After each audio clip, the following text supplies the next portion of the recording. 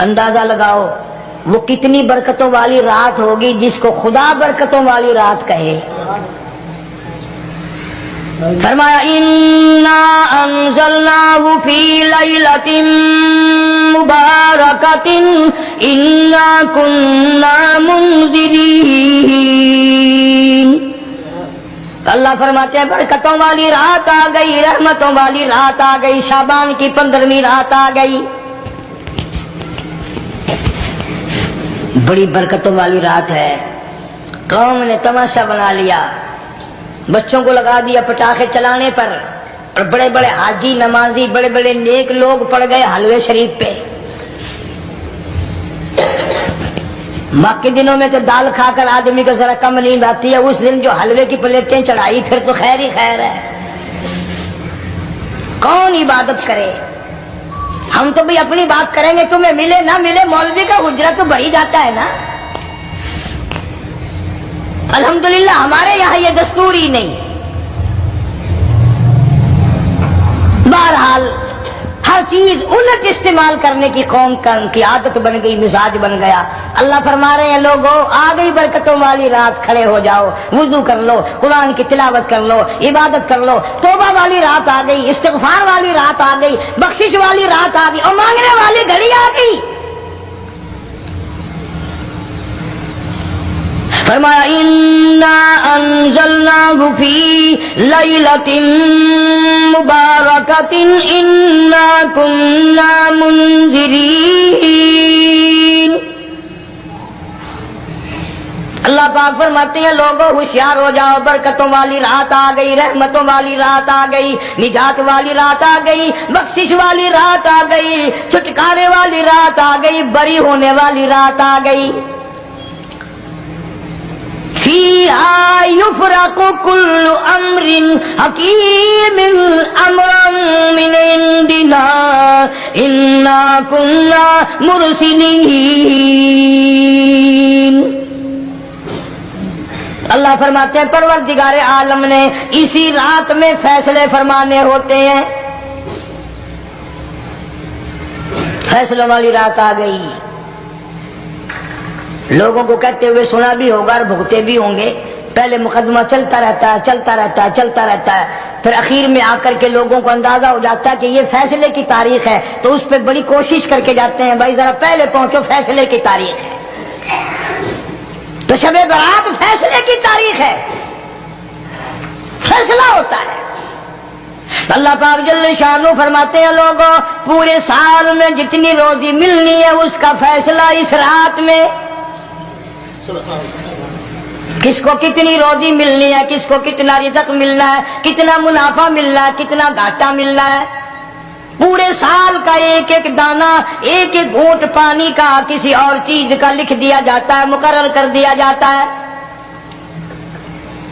اسی رات میں اگلی رات تک، اگلے سال کی اس رات تک جتنے لوگوں کو مرنا ہوتا ہے، جتنوں کی موت آنی ہوتی ہے، بجٹ بنا کر حضرت اسرائیل علیہ السلام فرشتے کے حوالے کر دیا جاتا ہے. اس ڈر سے عبادت کرنا، یہ سوچ کر کہ آج کی رات میں ممکن ہے میرا بھی اس بجٹ میں موت والے میں نام آ گیا ہو، اور اگلے سال یہ رات پتہ نہیں مجھے آئے گی کہ نہیں.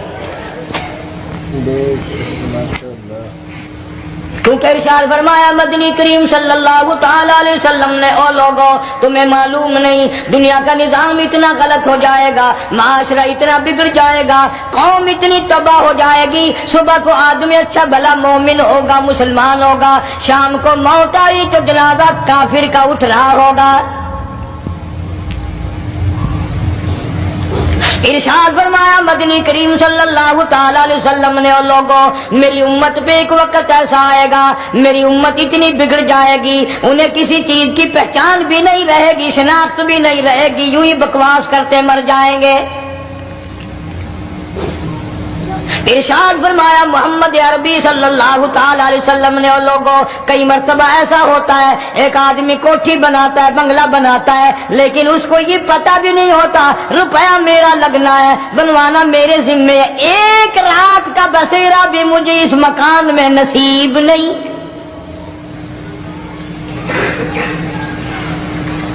ارشاد فرمایا مدنی کریم صلی اللہ تعالی علیہ وسلم نے، بس اوقات ایسا ہوتا ہے آدمی اپنی پسند کی جگہ شادی کے لیے جاتا ہے، لڑکی کو پسند کرتا ہے، دلہن کو پسند کرتا ہے، کمار اس کو بڑی پیاری ہوتی ہے، شادی کے لیے جا رہا ہے، سیرا باندھے کھڑا ہے، بارات تیار کھڑی ہے اور شادی کے لیے جا رہی ہے۔ حضور صلی اللہ علیہ وسلم نے فرمایا والذی نفسی بیدی، محمد صلی اللہ علیہ وسلم فرماتے ہیں مجھے اس مالک کی قسم ہے جس کے قبضے میں میری جان ہے، حالانکہ ان ساری باتوں کے سوا اس غریب کو یہ پتہ بھی نہیں جس کے لیے قدم قدم پہ سکھ رہا ہوں، جس کے لیے قدم قدم پہ مر رہا ہوں، جس کی شکل دیکھنے کے لیے تیار ہوں، جس کے دیدار کے لیے رات دن مارا مارا پھرتا ہوں۔ شادی بھی ہو جائے گی لیکن شادی کے بعد بھی ایک آنکھ سے دیکھنا بھی، ہاتھ لگانا بھی میرے نصیب میں نہیں، پہلے ہی موت آ جائے گی۔ کتنے سالوں کی بات ہے، وہاں لاہور راوی روڈ پہ میں ٹھہرا ہوا تھا، برابر کی ایک کوٹھی میں شادی تھی، فیصل آباد برات گئی شادی کے لیے، بڑی دھوم دھام، بڑا گانا بجانا، کھانا پکانا، انتظار ہو رہا ہے واپسی کا، دلہن آئے گی، یہاں سامان رکھیں گے، یہاں جہیز رکھا جائے گا، یہاں کھانا پینا ہوگا، بڑی شدت سے انتظار ہے، بڑا انتظار ہے، شوق ہے، ناچنا گانا کود ناچ ہو رہا ہے سب کچھ۔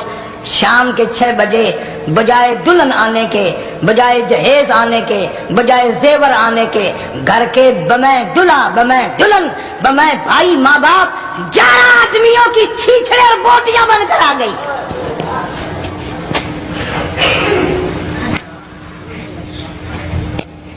کب اللہ کے قہر سے ڈرو گے؟ کب توبہ کرو گے تم؟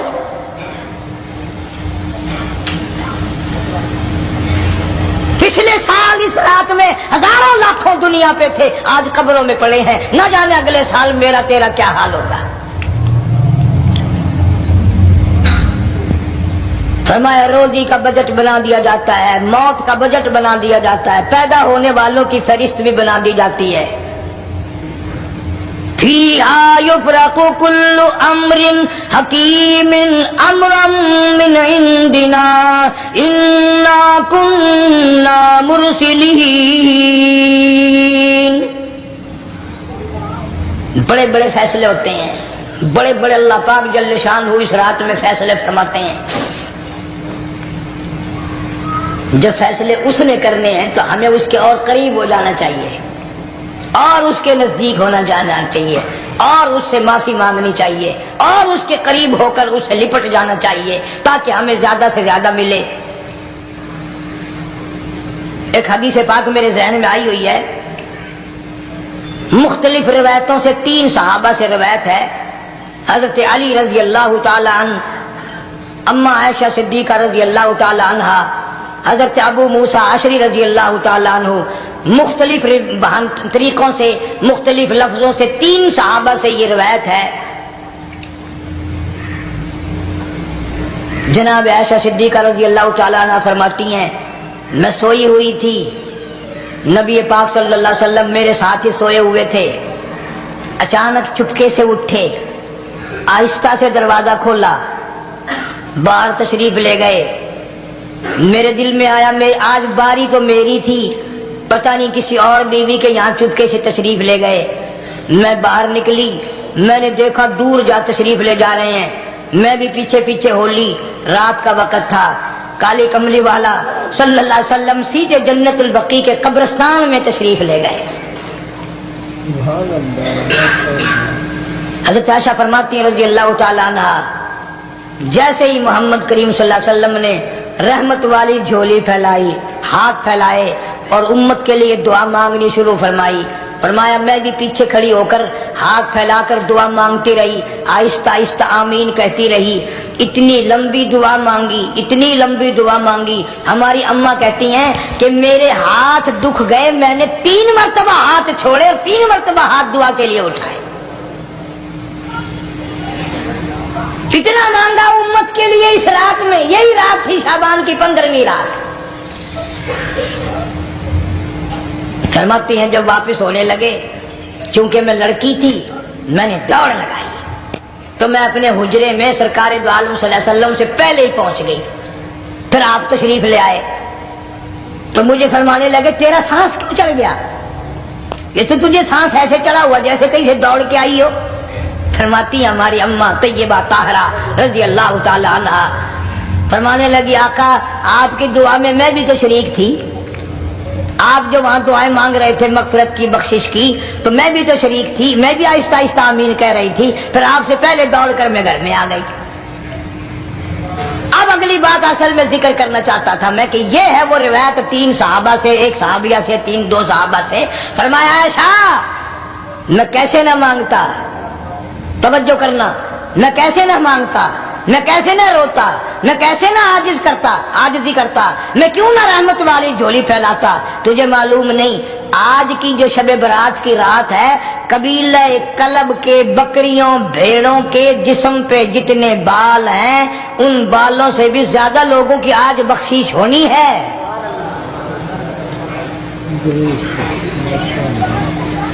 جس قبیلے کا محمد عربی صلی اللہ علیہ وسلم نے نام لیا ان کا اجڑ، ان کا ریوڑ، ان کا غلہ 10 میل میں بیٹھتا تھا. اتنی بخشش، اتنی عام بخشش.